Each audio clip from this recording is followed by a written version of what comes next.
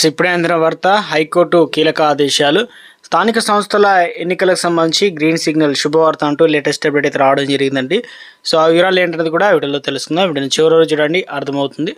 మరోసారి కనుక ఛానల్ వస్తే తప్పకుండా సబ్స్క్రైబ్ చేసుకోండి. చూస్తున్నారు కానీ లైక్ చేయడం మర్చిపోతున్నారు, అట్లా లైక్ చేయండి. వివరాలు. రిజర్వేషన్ల పైన స్టే ఇచ్చిన తెలంగాణ హైకోర్టు స్థానిక ఎన్నికలకు నిర్వహించుకునేందుకు ఒక షరతు మీద అంగీకారం అయితే తెలిపిందనమాట. తాజాగా వచ్చేసి తీర్పు అనేది పూర్తి పాఠం అందుబాటులోకి రావడం జరిగిందనమాట.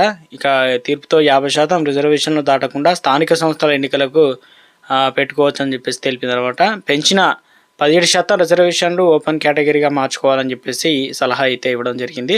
ఈ మేరకు ఎన్నికల సంఘానికి సంబంధించి సూచనలు అయితే చేసినటువంటి హైకోర్టు చీఫ్ జస్టిస్ అదేవిధంగా జీవో జారీ చేయడంలో సుప్రీంకోర్టు నిబంధనలు అన్నీ కూడా ఉల్లంఘించిందని చెప్పేసి వ్యాఖ్యానించారనమాట.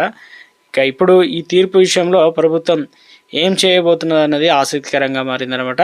ఇక కేబినెట్లో నిర్ణయించింది. అంటే హైకోర్టు సూచించిన విధంగా 17% రిజర్వేషన్లు ఓపెన్గా మార్చి పార్టీ పరంగా మాత్రమే మొదట ఇచ్చిన జీవో లెక్కల ప్రకారం అభ్యర్థులను ఖరారు చేసి ఎన్నికలకు వెళ్ళాలా లేకపోతే సుప్రీంకోర్టులో ఫైట్ చేయాలన్న దానిపైన నిర్ణయించనున్నారు. అయితే ప్రాథమికంగా సుప్రీంకోర్టుకు వెళ్ళాలన్న ఆలోచనలో ఉన్నారు. సుప్రీంకోర్టులోనూ ఊరట లభించకపోతే ఇక న్యాయపరంగా కూడా పోరాటం చేస్తామని కూడా, కానీ ఊరట లభించడం లేదు కాబట్టి పార్టీ పరంగా రిజర్వేషన్లు ఇస్తున్నామని చెప్పి ఎన్నికలకు వెళ్ళాలన్న ఆలోచనలు అయితే ఉన్నారు. సో అదే సమయంలో తమ ప్రయత్నాలు చిత్తశుద్ధితో ఉన్నాయని చెప్పేసి ప్రజలకు నిరూపించుకోవాల్సిన అవసరం పడింది.